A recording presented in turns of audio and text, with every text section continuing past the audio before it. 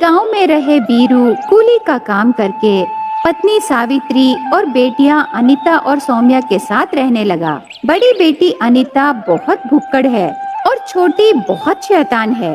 दोनों बहनों से उनके माता पिता बहुत परेशान होते हैं।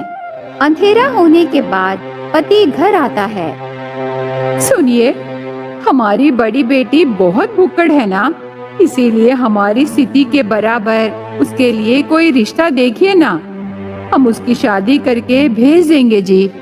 हमारी भुक्कड़ बेटी के बारे में उन्हें पता चलने से वो कम से कम देखने भी नहीं आएंगे, पता है? कहते हैं शादी के लिए 100 झूठ बोल सकते हैं।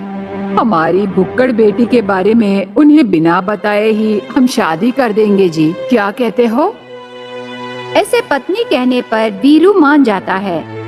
तब बिना देर किए पास गांव में रहे रामू और जानकी का बेटा कार्तिक का रिश्ता देखते हैं। वो उनके खेतों में फसल उगा के जिंदगी जीने लगे। उसके बाद कार्तिक और अनीता की शादी हो जाती है। घर आई नई बहू काम के साथ खाना भी बहुत अच्छे से पकाने पर उसकी तारीफ करते हैं। जानकी, बहू हमारे घर आते ही घर को चमक आ गई ना?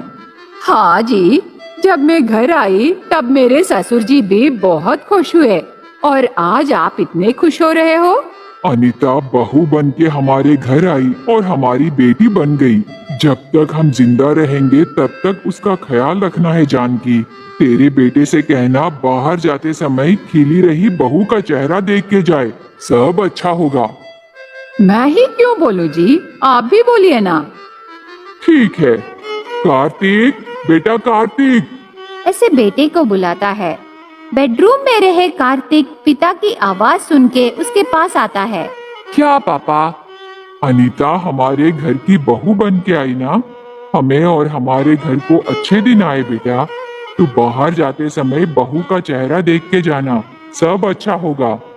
ठीक है पापा। उस घर में अनीता को सास सहुर और पति बहुत प्यार से देखते हैं, लेकिन वो बहू के बारे में एक बात नहीं जानते। वो ही अनीता एक भुक्कड़ है। पर 2 महीने के बाद उन्हें पता चलता है। उस दिन क्या होता है ना, हर रोज की तरह उस दिन भी खेती का काम करके अंधेरा होते समय कार्तिक और रामू घर आते हैं। हर रोज जानकी चाय बना के लाती है, पर उस दिन उसे बुखार आने पर बहू अनीता को बुलाती है। अनीता, ये दोनों खेत से घर आ गए, चाय लाना। किचन में सब्जियां काट रही बहू सास की आवाज सुनकर, ठीक है सासू माँ, अभी लाती हूँ। पति और ससुर जी के लिए अनीता गरम गरम चाय उन्हें देने के लिए स्टोव पर चाय रखती है। उस चाय में चीनी डालने के लिए चीनी का डब्बा खोलती है। बस चीनी देखते ही अनीता के अंदर रही भुक्कड़ बाहर आती है। किचन में कोई नहीं है सोचकर वो चीनी खाने लगी। इतने में सास ने, अरे, बहू को चाय लाने बोली और इतनी देर होने के बाद भी वो नहीं लाई। सास किचन में जाती है। वहाँ बहू चीनी का डब्बा पकड़ के रहती है। सासू माँ, चीनी हो गया। वो बात सुन के शॉक हो जाती है सास। चीनी का डब्बा देखती है, डब्बा खाली। 1 किलो चीनी आज सुबह लाई बहू, और इतनी जल्दी हो गई? आप चाय पूछे ना सासू माँ, तो मैं चीनी का डब्बा खोल के देखी, तब डब्बा है पर उसमें चीनी नहीं है सासू माँ। ठीक है, मैं जाके लाती हूँ। फ्रिज में खीरा है, काट के रखना, मैं आके खाती हूँ। ऐसे कह के सास चली जाती है। बहू फ्रिज में से खीरा निकाल के काट के जल्दी से वो खा लेती है। वापस भोली की तरह देखने लगी। 10 मिनट बाद सास दुकान में से चीनी लाके देती है। वो बहू से खीरा पूछती है। बहू, खीरा काट के रखी? खीरा नहीं है ना सासू माँ? कल ही मैं सब्जियों के साथ लाई ना बहू। कल आप सब्जियाँ लाए पर खीरा नहीं लाए।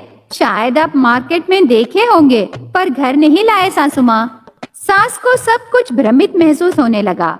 वो अपने आप में, समझ में नहीं आ रहा क्या हो रहा है। सुबह चीनी लाई और रात को गायब। मार्केट से खीरा लाके फ्रिज में रखी और अब खीरा भी गायब। मुझे तो बहू पर शक हो रहा है, उसके ऊपर नजर रखना है। ऐसे सास सोचती है। इस तरह दिन बीतने लगे। एक दिन सास गरम गरम पकौड़ी बनाती है।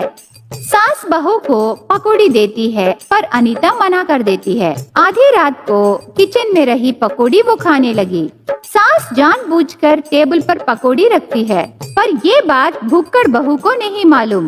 वो प्लेट लेके खाने लगी। सास धीरे से आके लाइट्स ऑन करती है। बस मुंह में पकौड़ी के साथ पकड़ी जाती है अनीता बहू। शर्म से वो बेडरूम में चली जाती है। उसे देख के सास ने, बाप रे, काम के साथ खाना भी तू अच्छे से पकाती हो, इसके साथ साथ तू खाती भी बहुत ज्यादा है ना। सास हंसने लगी। एक दिन परदादाओं को खाना चढ़ाने के लिए तरह तरह के व्यंजन बनाती है सास। उन सब व्यंजनों को देखकर बहू के मुंह में पानी आ जाता है। उन्हें देख के बहू रह नहीं सकी। अब मुझसे नहीं होगा, इन्हें खाने के लिए सासू माँ यही है, क्या करूं? बहू एक प्लास्टर लेके सास के मुंह पर प्लास्टर डाल देती है। वो सास के हाथ पैर प्लास्टर से बांध देती है। उसके बाद सास के सामने ही भुक्कड़ बहू अनीता खुशी से एक के बाद एक पूरे व्यंजन खाने लगी। पूरा खाने के बाद सास के मुंह से प्लास्टर निकाल देती है। तब हाथ जोड़ के, सासू माँ, मैं भुक्कड़ हूँ, इसीलिए मैं आपको प्लास्टर से बांध दी, मुझे माफ कीजिए, ऐसे प्रार्थना करती है। सास बड़प्पन से भुक्कड़ बहू को माफ कर देती है। मुझे तेरे बारे में पता है बहू, मैं बुरा नहीं मानूंगी, पर ऐसे चुड़ैल की तरह मत खाना। ठीक है सासू माँ, धीरे धीरे से मैं कम कर लूंगी। ऐसे कह के अनीता उस दिन से उसकी भुक्कड़ भूख कम करने की कोशिश करती है।